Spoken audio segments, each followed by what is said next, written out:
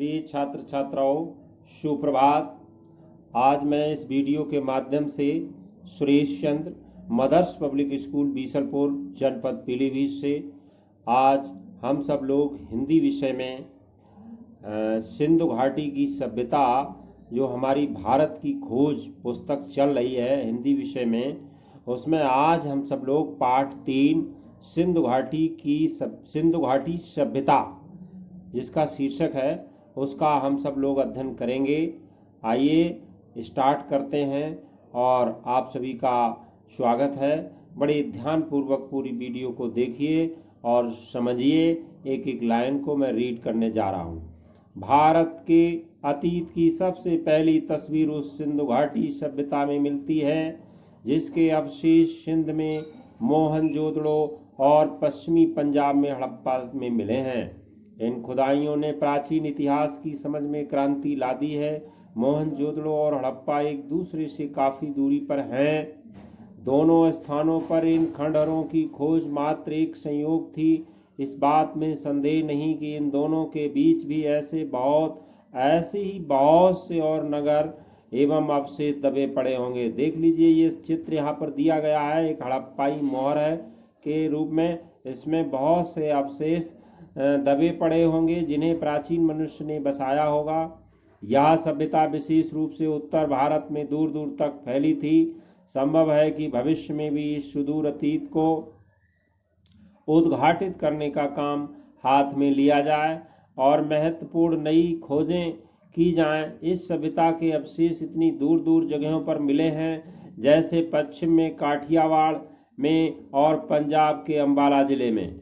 यह विश्वास किया जाता है कि यह सभ्यता गंगा की घाटी तक फैली थी, इसलिए यह केवल सिंधु घाटी सभ्यता पर ही नहीं, उससे बहुत अधिक है। अब तक हम जो जान सके हैं उसका बहुत महत्व है। प्रिय बच्चों, सिंधु घाटी सभ्यता आज जिस रूप में मिली है, उससे अनुमान लगाया जा सकता है कि वह अत्यंत विकसित सभ्यता थी और उस स्थिति तक पहुंचने में उसे हजारों वर्ष लगे होंगे। आश्चर्य की बात यह है कि यह सभ्यता प्रधान रूप से धर्मनिरपेक्ष सभ्यता थी। धार्मिक तत्व मौजूद होने पर भी इस पर हावी नहीं थे। ये भी स्पष्ट है कि वह भारत के बाद के सांस्कृतिक युगों की अग्रदूत थी। सिंधु घाटी सभ्यता ने फारस, मेसोपोटामिया और मिस्र की सभ्यताओं से संबंध स्थापित किया और व्यापार किया। कुछ दृष्टियों से यह सभ्यता उनकी तुलना में बेहतर थी। ये एक ऐसी नगर सभ्यता थी जिसमें व्यापारी वर्ग धनाढ्य था और उसकी भूमिका महत्वपूर्ण थी। सड़कों पर दुकानों की कतारें थीं और दुकानें संभवतः छोटी थीं। प्रिय बच्चों, सिंधु घाटी सभ्यता और वर्तमान भारत के बीच समय के ऐसे कई दौर गुजरे हैं जिनके बारे में हम बहुत कम जानते हैं।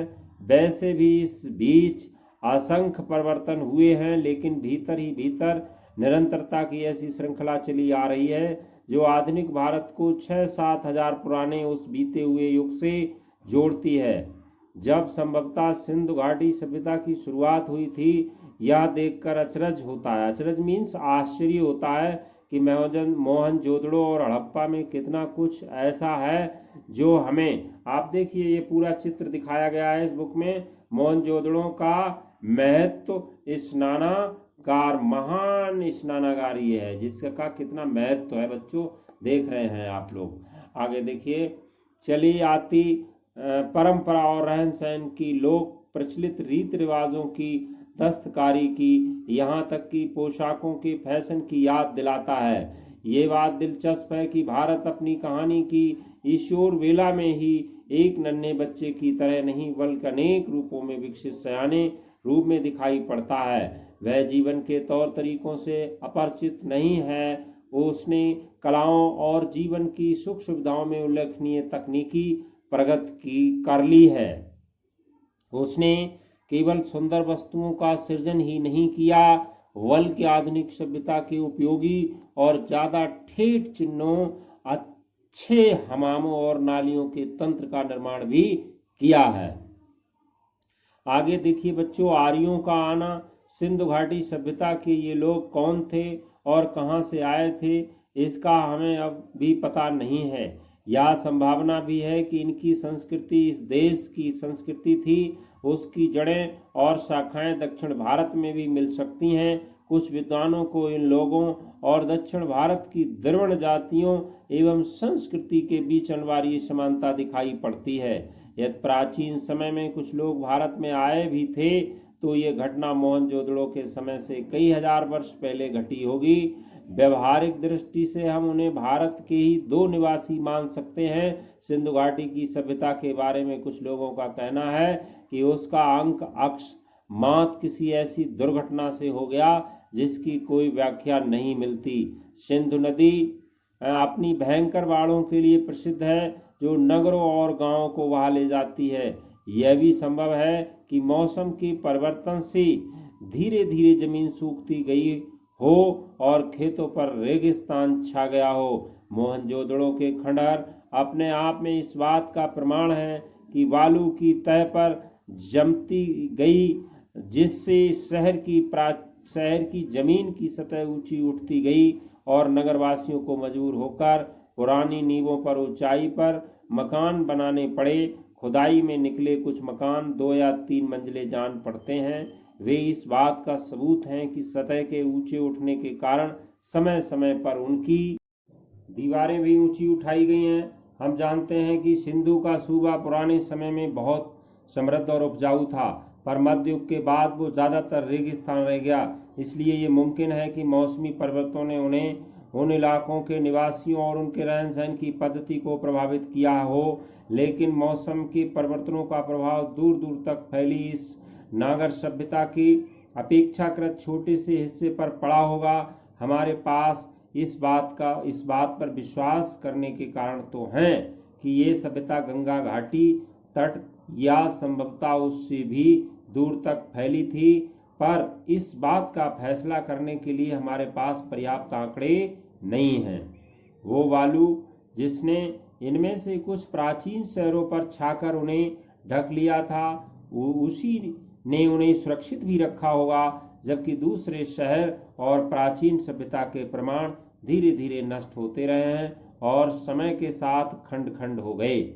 सिंधु घाटी सभ्यता और बाद के काल खंडों के बीच निरंतर संबंध के साथ ही इस सिलसिले के टूटने के या इसमें अंतराल के प्रमाण भी मिलते हैं। ये टूटना इस बात का भी सूचक है कि बाद में आने वाली सभ्यता भिन्न प्रकार की थी। बाद में आने वाली इस सभ्यता में शुरू में संभवतः कृषि की बहुतायत थी, गोकी नगर और थोड़ा बहुत शहरी जीवन भी मौजूद था। खेतीहर पक्ष पर जोर शायद उन नवागंतुकों ने दिया होगा जो आर्य थे और उत्तर पश्चिमी दिशा भारत में एक के बाद एक कई बार में आए। बच्चों, ऐसा माना जाता है कि आर्यों का प्रवेश सिंधु घाटी युग के लगभग 1000 वर्ष बाद हुआ। ये भी संभव है कि इनमें इतना बड़ा समय का अंतर ना रहा हो और पश्चिमोत्तर दिशा से भारत में एक कबीले और जातियां समय समय पर आती रही हों और भारत में जज्ब होती रही हो। सबसे पहला बड़ा सांस्कृतिक समन्वय और मेलजोल बाहर से आने वाले आर्यों और उन द्रविड़ जाति के लोगों के बीच हुआ, जो संभवतः सिंधु घाटी सभ्यता के प्रतिनिधि थे। इसी समन्वय और मेलजोल से भारतीय जातियों और बुनियादी भारतीय संस्कृति का विकास हुआ, जिनमें दोनों सभ्यताओं के तत्व साफ दिखाई पड़ते हैं। बाद के युगों में और बहुत सी जातियां आईं, सबने अपना प्रभाव डाला और फिर यहीं घुल मिल कर रह गए। आइए बच्चों, अब शेष इसका चैप्टर का भाग अगली वीडियो में पढ़ेंगे, रीड करेंगे। तब तक के लिए नमस्ते।